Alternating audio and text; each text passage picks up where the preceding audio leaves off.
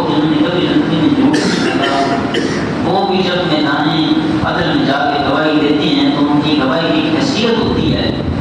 لیکن میں نے دوران خطبہ آپ کے سامنے قرآن مقدس کی ایک آیت کریمہ تلاوت کی ہے، جس میں خالق کائنات نے مصطفیٰ کریم کو حکم ارشاد فرمایا کہ اے میرے محبوب، یہ جو مشرکین ہیں ان سے سوال کریں، قل ای شیء اکبر شہادۃ، کہ سب سے بڑا گواہ کون ہے، سب سے بڑی گواہی کس کی ہے؟ بڑی توجہ کیجیے گا، پاک نے خود ارشاد فرمایا وہ آپ بتا رہے ہیں، قل اللہ، سب سے بڑا گواہ اللہ ہے۔ سب سے بڑا گواہ کون ہے؟ ماشاء اللہ، روزے سے آپ کو مجھے پتا ہے کہ روزہ رکھ کے اتنی گرمی میں اور بولنا بڑا مشکل ہوتا ہے، لیکن اگر اللہ کے گھر میں بیٹھ کر اس کا نام زبان پر آ جائے اور ایک ایک حرف کے بدلے رب کئی گناہ نیکیاں ادا کرے تو پھر مسجد میں بیٹھ کے اس عادت سے محروم نہیں ہونا چاہیے۔ تھوڑا سا میرے ساتھ مل جائیں، سب سے بڑا گواہ کون ہے جی؟ اللہ۔ قرآن کہتا ہے اللہ سب سے بڑا گواہ ہے، اور فرمایا خود اللہ کو اللہ سب سے بڑا گواہ ہے، وکفیٰ باللہ شہیدا، اور وہ بطور گواہ کافی ہے، وہی بطور گواہ کافی ہے۔ سب سے بڑا گواہ بھی وہ ہے اور بطور گواہ کافی بھی ہے۔ ایسا بڑی توجہ کرنا، ہم نے بھی اپنا ایک مقدمہ اس کی بارگاہ میں لے کے جانا ہے حشر کے دن، اور ہم نے اپنے نام اعمال اس کے سامنے رکھنے ہیں اور عرض کرنی ہے یا الہی ہمارے بدنے کا فیصلہ کر، ہم جنت والے ہیں یا جہنم والے ہیں، لحاظ باللہ ثم نعوذ باللہ۔ تو اب اس جج کے سامنے جب ہم نے اپنا مقدمہ پیش کرنا ہے تو سوچو تو صحیح کیسی کیفیت ہوگی کہ وہ خالق کائنات کہ جو منصف ہے وہ خود ہمارے اعمال کا گواہ ہے۔ اب کوئی گواہ تو ایسا ہے جس نے واقعی کا مشاہدہ کیا اور وہ جا کے رات میں گواہی دے دے گا، لیکن کئی ایسے لوگ ہیں جو واقعی کا مشاہدہ نہیں کرتے لیکن پھر بھی جا کے گواہی دے رہے ہوتے ہیں۔ وہ ذات ایسی ہے کہ جو بندے کے ہر عمل سے آگاہ ہے، بندے کے ہر فعل سے آگاہ ہے۔ میں یہاں بیٹھا ہوں سب کے سامنے تو پھر بھی وہ گواہ ہے۔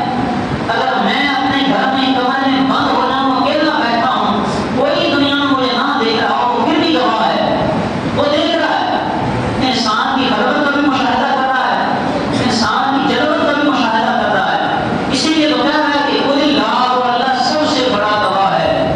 بڑی توجہ کرنا، قیامت کا دن آئے گا وہ منصف خود گواہ ہے، ہمارے اعمال کو دیکھ رہا ہے، لیکن اس نے ارشاد فرمایا فالملائکۃ یشہدون، صرف میں ہی گواہ نہیں ہوں، بے شک میں سب سے بڑا گواہ ہوں اور بطور گواہ کافی ہوں، لیکن صرف میں گواہ نہیں ہوں، بل ملائکۃ یشہدون، فرشتے بھی گواہی دیں گے۔ بڑی توجہ کرنا، اب تک کی گفتگو سے دو تین آیتیں میں نے آپ کے سامنے رکھی ہیں، ایک ماحول سا کریٹ ہو رہا ہے، ایک مضمون ہمارا بیڑ ہونا شروع ہو گیا ہے۔ بڑی توجہ کرنا، بنیاد بنا رہا ہوں ابھی، اور بنیاد اگر آپ کے ذہن میں آ گئی مضمون کی، میں بات سمجھانا میرے لیے بڑا آسان ہو جائے گا۔ بنیاد بھی ٹائم لگتا ہے لیکن بات بڑی جلدی بن جاتی ہے۔ وہ اللہ سب سے بڑا گواہ ہے اور ایسا گواہ ہے کہ بطور گواہ کافی ہے، لیکن اس کے باوجود اس نے فرشتوں کو بھی گواہ بنایا۔ کیسا گواہ بنایا؟ فرمایا اِنَّ عَلَيْكُمْ لَحَافِظِينَ، یہ دو محافظ تمہارے میں نے مقرر کر دیے ہیں، یَعْلَمُونَ مَا تَفْعَلُونَ، جو کچھ بھی تم کرتے ہو نا یہ جانتے ہیں، جو کچھ بھی تم کرتے ہو یہ جانتے ہیں۔ یار بھائی جب تو خود گواہ ہے، انسان کی جلوت سے بھی آگاہ ہے، انسان کی خلوت سے بھی آگاہ ہے، پھر یہ دو گواہ بھی رکھتی ہے، اور پھر ایک نہیں دو گواہ۔ حیرت دیکھو، بندہ ایک ہے اپنے گواہ دو رکھتی ہے۔ یا الہی اگر تو یہ کہتی ہے کہ اگر ایک فرشتہ ہی ہمارے اعمال لکھ لیتا کام چل جانا تھا، ایک سائڈ پہ نیکیاں لکھتا ایک سائڈ پہ گناہ لکھتا، بندہ جب نیکی کر رہا ہوتا ہے تو ظاہری سی بات ہے گناہ نہیں کر رہا ہوتا، ایک ہی کام کرے گا نا، یا تو نیکی کرے گا یا گناہ کرے گا۔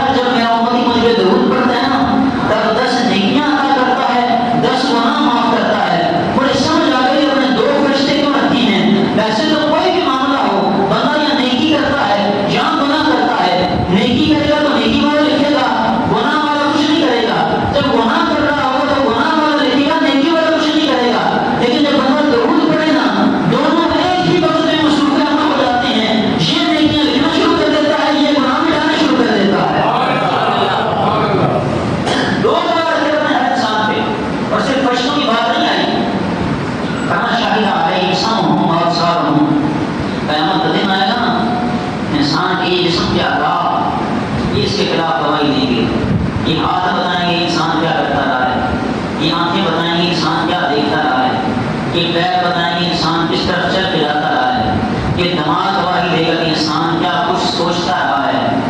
بڑی توجہ کرو، ذرا سوچنا کے لیے بیٹھ کے پھنس نہیں گئے اسی کہ وہ جو منصف ہے وہ بھی سارے آنکھوں کو گواہ، پھر دو فرشتے بھی اس نے گواہ کیے ہمارے اوپر، اور پھر اس کے ساتھ ساتھ ہمارے جسم کے اپنے اعضاء کہ جنہیں ہم ہر وقت ساتھ لیے پھرتے ہیں، جو کہتے ہیں ہم ہمارے جسم کا جز ہیں، ہمارے جز ہمارے خلاف گواہی دے رہے ہیں۔ یہ ہاتھ ہمارا جز ہے، یہ آنکھیں ہمارا جز ہیں، یہ زبان ہمارا جز ہے، ہمارے اپنے اجزاء ہمارے خلاف گواہی دے رہے ہیں۔ بھس نہیں گئے، خدا کی قسم بھس جانا تھا اگر ایک اور آیت مقدس شرف نے شاطمہ بچینا دکھا اللہ شہیدہ کہ جتنے بھی گواہ ہوں گے نا قیامت والے دن سب پہ بطور گواہ مصطفیٰ کریم کو لایا جائے گا۔ پھر تسلی ہو گئی، لیکن اپنے عذاب کے انسان کے خلاف ہو جائے نا، مصطفیٰ کریم شفاعت فرما کے بتائیں گے غلاموں پریشان نہ ہو، جہاں تمہارے اپنے عذاب صاف چھوڑ جائیں وہاں میں محمد صاحب دینے کے لیے آ جاؤں گا۔ تو یہاں تک نتیجہ ہے بندہ ایسا بڑی توجہ کرنا، آپ کی توجہ میں اصل کر لی جواب کی امید ہے میں مجموعہ آ کر پہنچانے میں کامیاب ہو جاؤں گا کہ وہ اللہ سب سے بڑا گواہ ہے اور وہ بطور گواہ باقی ہے، لیکن اس کے باوجود اس نے فرشتوں کو بھی گواہ بنایا، اس کے باوجود اس نے ہمارے جسم کے اعضاء کو بھی گواہ بنایا، تمام انبیاء اور رسول کو بھی گواہ بنایا، مصطفیٰ کریم کو بھی گواہ بنایا۔ اب میں چاہ رہا ہوں میں قرآن کی آیتوں سے ایک واقعہ آپ کے سامنے رکھوں، سورہ یوسف کا ترجمہ پڑھیے گا جا کے، تفصیل سے واقعہ آپ کو مل جائے گا۔ میں صرف ایک اشارہ کر کے اپنے عنوان پہ آنا چاہتا ہوں۔ زلیخا عزیز مصر کی بیوی حضرت یوسف علیہ السلام میں فریفتہ ہو گئی۔ ایک دن وہ عزیز مصر میں ایک سے باہر گیا تھا، زلیخا نے حضرت یوسف علیہ السلام کو دعوت دی، کمرے میں بلایا، کمرے کا دروازہ بند کیا اور دعوت گناہ دی۔ بڑی توجہ کرنا آپ، ادھر ادھر جو کچھ ہوتا ہے ہونے دیں، بچیاں بچوں کو کام شرارتیں کرنا، گفتگو کرنا، آپ نے میری بات کی طرف توجہ کرنی ہے۔ وہ بچوں والا کام کرتے ہیں، ہم بڑوں والا کام کریں گے، ادھر توجہ کیجیے گا۔ کچھ دعوت گناہ دی، حضرت یوسف علیہ السلام فرمایا نہیں مجھے اللہ کا خوف ہے۔ زلیخا نے کہا دیکھ اس وقت کمرہ بند ہے، دروازہ بند ہے، چار طرف دیواریں ہیں، کوئی دیکھنے والا نہیں، ایک میں ہوں ایک تو ہے، ورنہ تیری بھول ہے، وہ ہے جو سب سے بڑا گواہ ہے، وہ دیکھ رہا ہے، وہ مشاہدہ کر رہا ہے۔ زلیخا نے بڑے بڑے ڈالنے کی کوشش کی، نبی کے معصوم ہے نا، اللہ تعالیٰ قرآن سے بچائے ہوئے ہیں، دروازے کی طرف آگے، جیسی دروازہ کھلا سامنے سے مصر آیا، زلیخا نے پیچھے سے قمیص پکڑی تو قمیص پھٹ گئی۔ جب سامنے سے مصر کو دیکھا نا، زلیخا نے پاسا پلٹا، پہلے تو خود دعوت گناہ دے رہی تھی نا، اب اس نے چینج کی ٹون اپنی، عزیز مصر سے مخاطب ہو کے سوال کیا، وہ بتا عزیز مصر کیا ہونا چاہیے اس غلام کا جو تیری غیر مخلوقی میں تیری سر پہ ہاتھ ڈالے۔ اب تھا وہ ملک کا بادشاہ تھا نا، وزیر بندہ تھا، لیکن بادشاہ کا بادشاہ والوں کے لیے یہاں گھر کا معاملہ تھا، کہنے لگا چلیے دیکھتے ہیں کر لیتے ہیں کچھ۔ مجلس بلائی اس نے، مقدمہ ہوا، اب مقدمہ ہو تو گواہوں کی بھی ضرورت ہوتی ہے، تو ہمت لگائی زلیخا نے اللہ کے نبی پر، اور اللہ کا نبی معصوم ہوتا ہے، گناہوں سے محفوظ ہوتا ہے۔ قرآن کہتا ہے شاہدہ شاہد من اہلہا، یا الہی نبی سے بڑا کائنات کا رتبہ کوئی نہیں، نبی سے اونچا کائنات کا رتبہ کوئی نہیں، نبی معصوم ہے، نبی پہ رحمت لگ گئی ہے، نبی کی پاک دامنی ثابت کرنے کے لیے کسی گواہ کی ضرورت ہے، نبی کا رتبہ سب سے بڑا رتبہ ہے، تو سب سے بڑا گواہ ہے، الہی گواہی دے گا؟ فرمایا نہیں، الہی کون گواہی دے گا؟ فرمایا شاہدہ شاہد من اہلہا، زلیخا کے خاندان والوں میں سے ایک بندہ بطور گواہ آیا، اس نے آگے گواہی دی، بھائی دیکھو دیکھو قمیض یوسف کی، اگر تو سامنے سے پھٹی ہے تو یوسف قصوروار ہے، اگر پیچھے سے پھٹی ہے تو زلیخا قصوروار ہے۔ دیکھا تو قمیض پیچھے سے پھٹی تھی، یوسف علیہ السلام کی پاک دامنی ثابت ہو گئی۔ یہ الگ بات ہے، جیسے زندان میں ڈال کے تک تفصیل سے واقعہ پڑھی جا کے صبح تلاوت کرنے کے لیے سورہ یوسف کا رکوع جو ہے نا کچھ ان کی آیات کے ساتھ ترجمہ بھی پڑھیے گا۔ حضرت یوسف علیہ السلام کی پاک دامنی ثابت ہو گئی، لیکن وہ جو کائنات کا سب سے بڑا گواہ ہے نا، اس نے گواہی نہیں دی۔ زلیخا کے خاندان میں سے اپنے گواہ اٹھا دیا۔ اب تاریخ کے اوراق میں اور قرآن کی آیتوں میں ایک اور واقعہ میرے ذہن میں سورہ مریم ہے، اور سورہ مریم کی آیتوں میں ایک عورت جس نے اللہ تعالیٰ کی بارگاہ میں التجا کی، ایک بڑی عزت ماں پاک دامن بیوی اللہ کی بارگاہ میں التجا کر کے یا الہی مجھے اولاد دے، اور جو اولاد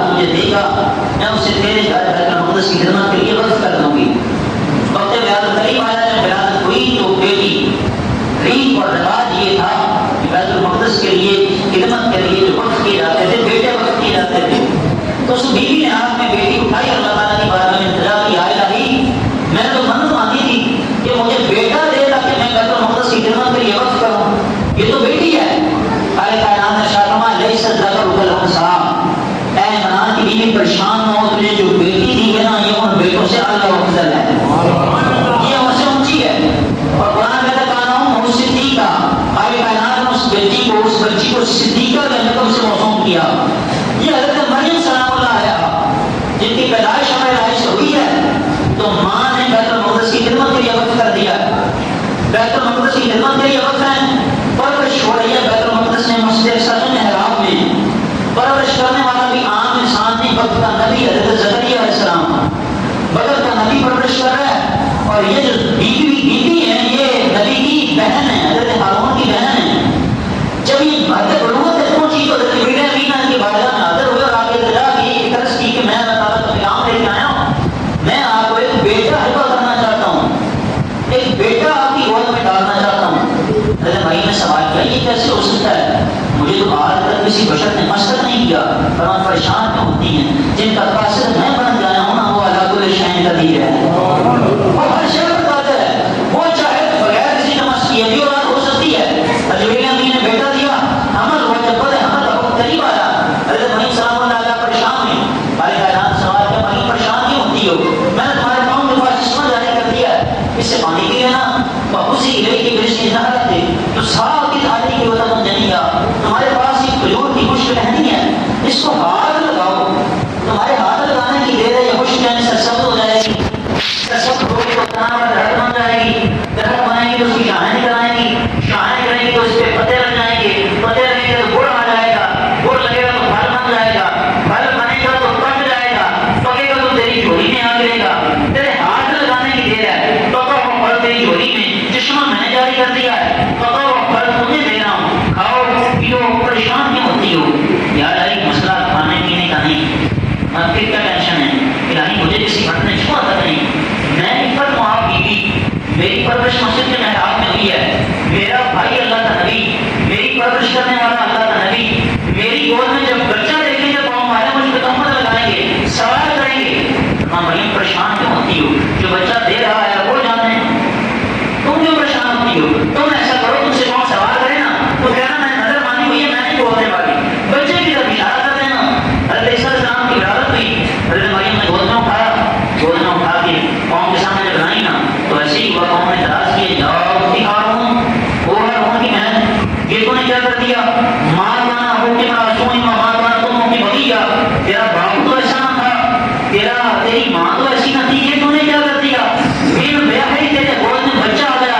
قرآن کہتا ہے حضرت مریم نے کچھ نہیں کہا, صرف اتنا کیا اشارہ دے رہے, حضرت مریم نے اشارہ کیا حضرت عیسیٰ علیہ السلام کی طرف. اب بڑے دانا لوگ بیٹھے ہو, ان سے اگر آپ یہاں سوال کریں بتائیں جی پاکستان بنانے میں کون کون لوگ شریک تھے, تو میں یہاں جو چھوٹے بچے بیٹھے ہیں ان سے کسی کو کھڑا کروں اور میں کہوں ایک سے پوچھ لیں, آپ لیکن جناب اچھے حاضر پڑھے لکھے انسان ہیں, آپ ذمہ دار دماغ کی ہمیں تقریبیں بھی آپ سناتے ہیں, آپ کو نہیں پتا یہ تو چھوٹا سا بچہ ہے, اسے شعور نہیں ہے, پاکستان اس سے 70 سال پہلے بنا ہے, اسے کیا پتا, یہ تو اسکول بھی نہیں گیا, اس نے تو کتابیں کھول کے نہیں دیکھی کہ معاملہ کیا ہے, اسے کیسے پتا کہ پاکستان کیسے بنے گا. حضرت عیسیٰ علیہ السلام ابھی ماں کی گود میں ہیں, 2-3 دن ہوئے ولادت کو, حضرت مریم سلام اللہ علیہا لیکن قوم کے سامنے آئی ہیں, قوم نے سوال کیا مریم تیرا باپ تو ایسا نہ تھا, تیری ماں تو ایسی نہ تھی, یہ بچہ تیری گود میں کیسے آیا, بجائے اس کی حضرت مریم جواب دیتی, قرآن کہتا ہے اشارہ دے. حضرت مریم نے حضرت عیسیٰ علیہ السلام کی طرف اشارہ کیا, وہ جو مثال میں نے پہلے دیا وہ جو کفیت آپ کی ہوگی نا, وہ بچے کی طرف اشارہ کیا کہ اسے پوچھ لو, وہی کفیت قوم والوں کی بنی. انہوں نے کہا کہ من بان بل مرد سبیا, مریم ہم سے مذاق کیوں کرتی ہو, جن بچہ شاید گود میں ابھی تو ہوئے ہی ہے, یہ کیسے کلام کرے گا. قرآن کہتا ہے یہ الفاظ ان کے منہ میں ہی تھے نا, پورا نہیں ہو سکا. حضرت عیسیٰ کو بار پھیل نہیں عبداللہ آج آنے کتابہ بدلا میں نے دیا, اور لوگوں مجھے بچہ نہ کہو, میں اللہ کا بندہ ہوں, اللہ کی طرف سے کتاب بھی لے کے آیا ہوں, رسول بھی لے کے آیا ہوں. اللہ نے کتاب دی ہے, اللہ نے مجھے نبی بنا کے بھیجا ہے, تو یہاں توجہ کرنا, یہاں توجہ کرنا. جیسے نے سوال تھا یا الہی یہ ماجرا کیا ہے, حضرت مریم کی قوم کہاں نظر آ رہی ہے, مریم یہ تو نہیں کام کر دیا، ایک ایسا کام تم نے کر دیا کہ دل گیا ہے تیری گود میں بچہ آ گیا۔ اگر کا تقاضا تو یہ ہے کہ حضرت مریم کی پاک دامنی کی گواہی دینے کے لیے حضرت عیسیٰ اگر گواہی دے رہے ہیں تو یہ گواہی دیں کہ لوگوں میری ماں واقعی ایسی نہیں ہے، میرا باپ واقعی ایسا، میں جن باپ کی دنیا میں آیا ہوں، خالق کائنات نے جن باپ کی دنیا میں بھیجا ہے، میری ماں کو تہمت نہ لگاؤ، بجائے اس سے کہ حضرت مریم سلام اللہ علیہ کی تعریف کریں۔ حضرت عیسیٰ السلام نے اپنے قصیدے پڑھنے شروع کر دیے، میں اللہ کا بندہ ہوں، اللہ کا نبی ہوں، صاحب کتاب ہوں۔ یا الہی ماجرا کیا ہے؟ فرمایا عیسیٰ علیہ السلام نبی ہے نا، نبی کے ہر کام میں حکمت ہوتی ہے۔ ان قوم والوں کے شعور کے دروازے پہ دستک دیے عیسیٰ نے کہ اے لوگوں مجھے اللہ نے 3 عہدے دیے ہیں، مجھے اپنا بندہ بھی بنایا ہے، مجھے کتاب بھی دی ہے، مجھے نبی بھی بنا کے بھیجا ہے۔ جسے اللہ یہ 3 عہدے دے نا وہ کسی عام گود میں نہیں آتا، خاص گود میں آیا کرتا ہے۔ میں نے سوچنے کی بات یہ ہے جسے اللہ صرف 3 عہدے دے، اپنا بندہ بنائے، نبی بنائے، کتاب دے کے بھیجے، اور خاص گود میں آتا ہے۔ تو خالق کائنات نے جسے خاتم المرسلین بنایا ہے، سید الاولین سید الاخرین بنایا ہے، رحمت للعالمین بنایا ہے، جس مصطفیٰ کے صدقے اپنے ساری کائنات تخلیق کی ہے، جس گود میں اس مصطفیٰ کو بھیجا ہوگا اس گود کی عظمت کا عالم کیا ہوگا؟ اس کی عظمتوں کا عالم کیا ہوگا؟ حضرت عیسیٰ السلام نے اپنی ماں کی پاک دامنی کی گواہی دی۔ کوئی توجہ کرنا، فرمان کا بھی حد تک آپ کا واقعہ پہنچ گیا ہوگا کہ وہ اللہ گواہ ہے، سب سے بڑا گواہ ہے، اور وہ بطور گواہ کافی ہے۔ لیکن ابھی تک 2 واقعات میں نے آپ کے سامنے رکھے ہیں کہ اللہ کے نبی حضرت یوسف پہ تہمت لگی ہے، اور سب سے بڑا گواہ ہے نا، اس نے گواہی نہیں دی۔ زلیخا کے خاندان میں سے کوئی گواہ ہوتا ہے۔ حضرت مریم پہ تہمت لگی ہے، نبی دنیا میں آئے ہیں، نبی کی ماں لوگوں نے تہمت لگا دی، لیکن وہ جو سب سے بڑا گواہ ہے نا، اس نے گواہی نہیں دی۔ نبی نے خود گواہی دی اپنی ماں کی پاک دامنی کی۔ لیکن میں تاریخ کو آپ سے ایک ایسا واقعہ آپ کے سامنے رکھنا چاہتا ہوں، بڑی توجہ کرنا۔ غزوہ بنو مستعلق سے واپسی کے آقا علیہ السلام تشریف لے کے آ رہے تھے، حضرت عائشہ صدیقہ حضور کی نبی کے سفر تھی، حضور کے ساتھ تھی۔ ایک جگہ پہ مسلمانوں نے پڑاؤ ڈالا، تھوڑی دیر وہاں رکے، تھوڑی دیر آرام کر کے پھر وہاں سے آگے چلنا تھا۔ وہاں جب رکے تو ایک بہت سے پال کی کہتے ہیں، ساتھ میں آپ کو سمجھاؤں تو آج تو نہیں ہے، لیکن 20-40 سال پہلے اگر ہم دیکھیں تو شادی کے وقت جنگلوں کو ڈولی میں اٹھا کے لایا جاتا تھا۔ اس طرح کی پالکی تھی، اس میں سیدہ عائشہ صدیقہ سوار تھی، صحابہ کرام نے مقدم کو اٹھا رکھا تھا۔ جب پڑاؤ ڈالا تو مقام پہ تو سیدہ عائشہ صدیقہ کا ہوتے وہ پالکی نہیں کر دی گئی۔ اب سیدہ عائشہ کی عمر بہت بڑی تھوڑی تھی، نہیں تھی، کمزور تھی، وزن بھی کم تھا۔ اب تو حالت کی ضرورت محسوس ہوئی، آپ وہاں سے اٹھی نکلی، تھوڑی دور گئی، کافرے سے ہٹی، خدا حج کر کے واپس آئیں تو کافرہ چل دیا تھا۔ اور پانی کو کھانے والے نے اٹھایا، انہیں محسوس نہیں ہوا کیونکہ بدن کم تھا، اسبابی بالکل 9 عمری تھی آپ کی، وہ چل دی آگے، انہیں محسوس نہیں ہوا۔ حضرت صدیقہ وہاں پیچھے رک گئی کہ ابھی کافرے والے جب بڑے پڑاؤ پہ جائیں گے، بھولے زمین پر رکھیں گے، میں نہیں نکلوں گی، نہیں ملوں گی تو واپس آئیں گے، آگے مجھے لے جائیں گے، جنگل پہ آپ آنے میں اکیلی کدھر جاؤں؟ ایک پتھر پہ آپ بیٹھ گئی، آرام کرنے لگی۔ توجہ کرنا، ایک صحابی رسول تھے جن کا نام تھا صفوان بن معطل، ان کی ڈیوٹی یہ تھی کہ جب مسلمانوں کا لشکر کہیں پہ پڑاؤ ڈالتا اور جب وہاں سے پڑاؤ اٹھا کے آگے چلتا تھا تو ان کی ڈیوٹی ہوتی تھی کہ وہاں پیچھے رکیں تھوڑی دیر کے لیے اور جگہ کا جائزہ لے کے آئیں کہ کہیں کسی مسافر کا کوئی سامان تو وہاں پہ نہیں رہ گیا، کسی کوئی چیز تو وہاں پہ نہیں گر گئی، اگر گر گئی ہے تو وہ اٹھا کے لے آئیں، اگر پڑاؤ پہ کافی مسجد حوالے کرتے ہیں۔ اس آگے رسول وہاں پہ اپنا ڈیوٹی پوری کر رہے ہیں، جائزہ لے کہ انہوں نے سیدھا کو دیکھا، جب دیکھا تو انہیں لگا کہ شاید دیکھی میں کی آنکھیں بند تھیں، انہوں نے کہا شاید وہ اکثر سے پرواز کر گئی، قریب کھڑے ہو تو انہوں نے پڑھا انہوں نے داخل وائی انہوں نے لے کہا جب آواز نے کیوں بنا سیدہ کائنات نے آنکھیں کھولی، دیکھا سلمان بن معطل کے صحابی ہیں، انہوں نے سوال کیا آپ کدھر عرض کرنے لگی، فرمایا کہ میں قضاء حج کے لیے گئی تھی تو میں نے ہار لیا تھا کسی سے، وہ ہار مانگے گر گیا، ہار کو تلاش کرتے کرتے وقت کافی لگ گیا، واپس جب میں تو اپنا جا چکا تھا، میں اکیلی جنگل بیابان اکیلی سفر کرنے سے ڈر رہی تھی، اس لیے یہاں بیٹھ گئی کہ کوئی آئے گا اس کے ساتھ چلی جاؤں گی۔ انہوں نے ان کو پیچھے بٹھا لیا اور آگے لے آئے، جب کافرے تک پہنچے نا اور یہ 2 شخصیات سلمان بن معطل اور حضرت عائشہ صدیقہ جب یہ کافرے میں پہنچے نا تو کافرے میں کچھ منافقین بھی تھے، انہوں نے چین گوئیاں کرنے شروع کر دی، یہ جان بوجھ کے دونوں پیچھے رکے تھے۔ اب باشعور ہوا بیٹھے ہیں، پاک لوگوں کا تذکرہ ہے، میں کھول کے بات نہیں کر سکتا، محبت جو ہے وہ میرے دامن میرے زبان کو پکڑے ہوئے آپ وقت بات پہنچی ہوگی کہ تہمت کیا لگی ہوگی، یہ جان بوجھ کے پیچھے رک گئے تھے، ہم نبی کے گھر والوں پہ تہمت لگ رہی ہے، نبی کی ازواج پہ تہمت لگ رہی ہے. یا اللہ یوسف علیہ السلام پہ تہمت لگی تھی، زلیخا کے گھر میں سے کسی نے گواہی دی تھی، یہاں تہمت لگانے والوں کے خاندان میں سے کوئی گواہی دے گا؟ نہیں. یا الہی حضرت عیسیٰ کی ماں پہ تہمت لگی تھی، حضرت عیسیٰ علیہ السلام نے خود کو گھوڑے میں گواہی دی تھی، یہاں بھی کوئی بچہ گواہی دے دے؟ نہیں. الہی پھر تیرا پروگرام کیا ہے؟ اب بڑی توجہ کرنا، بڑی توجہ کرنا. میں نے 20-25 منٹ آپ کے لیے ہیں، وہ 20-25 منٹ کا نچوڑ اور جان آپ تک پہنچانے لگا ہوں. خالی کائنات نے شاہ تمہیں قرآن میں بتایا تو ہے، اللہ سب سے بڑا گواہ ہے. جب مصطفیٰ کا گھرانہ کائنات میں سب سے بڑا ہے، سب سے بڑے گھرانے پہ تہمت لگی ہے نا، گواہ بھی سب سے بڑا ہونا چاہیے، سب سے بڑا گواہ ہونا چاہیے. یوسف پہ تہمت لگے تو زلیخا کے اہل و عیال میں سے کوئی گواہی دے، یوسف کی پاکدامنی ثابت ہو جائے گی. مریم پہ تہمت لگے، مریم کا بیٹا کو گھوڑے میں گواہی دے، پاکدامنی ثابت ہو جائے گی. سب سے بڑے گھرانے کی خاتون پہ تہمت لگی ہے نا، سب سے بڑا گواہ گواہی دے گا. میں کائنات کا رب قرآن کے 18 آیتوں میں عائشہ کی پاکدامنی کی گواہی دے دوں گا. بڑی توجہ کرنا. سیدہ کائنات عائشہ صدیقہ سلام اللہ علیہا، آپ کو یہ اعزاز حاصل ہے کہ آپ کی پاکدامنی کی گواہی کائنات کے رب نے دی ہے، اور سورہ نور کی 18 آیتیں رب نے بطور گواہی اتاری ہیں. اب توجہ کرنا، میں صرف ایک ہستی کی شان پڑھنے کے لیے یہ 20-25 منٹ کی تمہید آپ کے سامنے رکھی اور قرآن کی اتنی آیتیں آپ کے سامنے پڑھی ہیں. سیدہ عائشہ صدیقہ فرماتی ہیں اور زندگی میں نا صرف خدیجہ الکبریٰ پہ رشک آتا تھا، رشک آتا تھا مجھے ان پہ کہ کاش میں بھی ان پہ جیسی ہوتی. آپ دیکھیں ان کی شان کیا کام ہے کہ کائنات رب کو گواہی دے رہا ہے کہ یہ پاک صاف ہے، یہ طہارت والی ہیں، یہ عزت والی ہیں، یہ عصمت والی ہیں. امت کی سب سے بڑی عالمہ کا نام عائشہ صدیقہ ہے، امت کی سب سے بڑی متقیہ کا نام عائشہ صدیقہ ہے، امت میں عورتوں میں سب سے بڑی مفتیہ کا نام عائشہ صدیقہ ہے. لیکن لوگ کیا فرما رہی ہیں؟ تمہاری زندگی میں رشک آتا ہے نا تو خدیجہ الکبریٰ پہ آتا ہے، خدیجہ الکبریٰ پہ آتا ہے. اس نے آپ سے سوال کیا سیدہ ماجرا کیا ہے، وجہ کیا ہے؟ آپ کو کم زیادہ اثر ہے کہ اللہ رسول صلی اللہ علیہ وسلم محبت نوازنے آپ سے کرتی ہیں، پھر آپ ان سے رشک کیوں کرتی ہیں؟ وہ تو حیات بھی نہیں، جب آپ کا ان سے نکاح ہوا تو اس سے پہلے ان کی وفات ہو گئی تھی. لیکن بات یہ ہے کہ جب بھی ازواج کا ذکر آتا نا، اللہ کے رسول شاد فرماتے خدیجہ خدیجہ ہی ہے، خدیجہ خدیجہ ہی ہے. حضور اتنی تعریف کرتے ہیں سیدہ خدیجہ الکبریٰ کی، باوجود اس کے ان کی وفات ہو گئی ہے.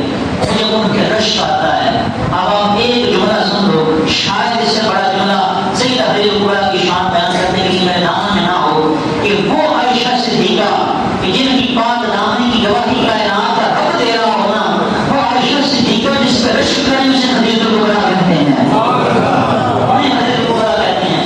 10 رمضان مبارک آپ کی یوم وصال ہے، ہم نے چاہا تھا کہ اس طرح ایسے قرآن کی آیتیں پڑھ کے ہم تھوڑا سا برکت لیں. میں ایک واقعہ آپ کا وقت پہنچا کے گفتگو سے بیٹھنا چاہتا ہوں، ایک بار اور آپ کے سامنے آ جائے گا. ڈاکٹر صلی اللہ علیہ وسلم کے صحابی ہیں حضرت حذیفہ،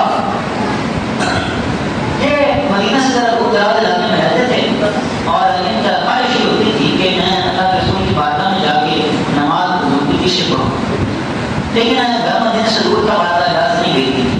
اس لیے انہوں نے پروگرام بنایا، بارگاہ کو لالچ دیا، لالچ یہ دیا کہ ہمیں مجھے اجازت دیں میں مرد کی نماز حضور سے پڑھوں اور آپ کی مغفرت کے لیے دعا کر رہا ہوں. کتنا پیارا لالچ ہے، کتنے پیارے آپ ہے. ماں اجازت دی، اجازت دے کے حضرت حذیفہ علیہ کی بارگاہ میں مرد کی نماز سے پڑھی. آقا صلی اللہ علیہ وسلم مسجد تشریف فرما ہو گئے تو کچھ مفروض آئے تھے دور دراز کے علاقوں سے ملاقات کی، عشاء کا ٹائم ہو گیا. عشاء کی نماز حضور نے پڑھائی، حضرت حذیفہ نے پھر عشاء کی نماز حضور کے پیچھے پڑھی. عشاء کی نماز پڑھنے کے بعد آقا صلی اللہ علیہ وسلم کو شان اقدس کی طرف چل دی. حذیفہ نے کہا میں اپنا پروگرام پورا کر لیا، مجھے پیچھے نماز پڑھ لی، نماز سے بعد اگر کیا آیا تھا تو ماں کے لیے دعا کرواؤں گا. اور ماں کی عرضی رہ گئی ہے، وہ بھی حضور کی بارگاہ میں پیش کروں. پیچھے پیچھے چل رہی ہے حضور کے، تھوڑی دوری گئے ہوں گے، کون اندھیرا تھا. کہتے ہیں آقا صلی اللہ علیہ وسلم رک گئے، کوئی بندہ حضور کے پاس آیا، حضور رک گئے.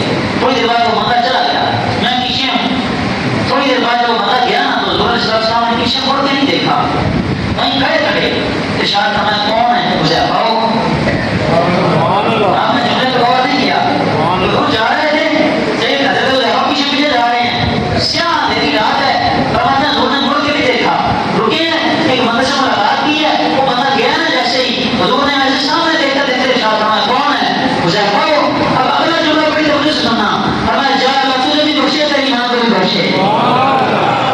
ابھی مدعا ماں پہ آیا کوئی نہیں. دل میں بات کیوں جاتا کہ ماں کے لیے کوشش کی دعا کرواؤں. ابھی مدعا تو ماں پہ نہیں آیا لیکن آقا علیہ السلام نے پہلے بشارت دے دی اللہ تجھے بھی بخشے تیری ماں کو بھی بخشے. یہ کام فرمانے کے بعد حضور نے سوال کیا حذیفہ جانتے ہو جو بھی میرے پاس آیا تھا کون تھا؟ حضور اللہ اس کا رسول بہتر جانتے ہیں.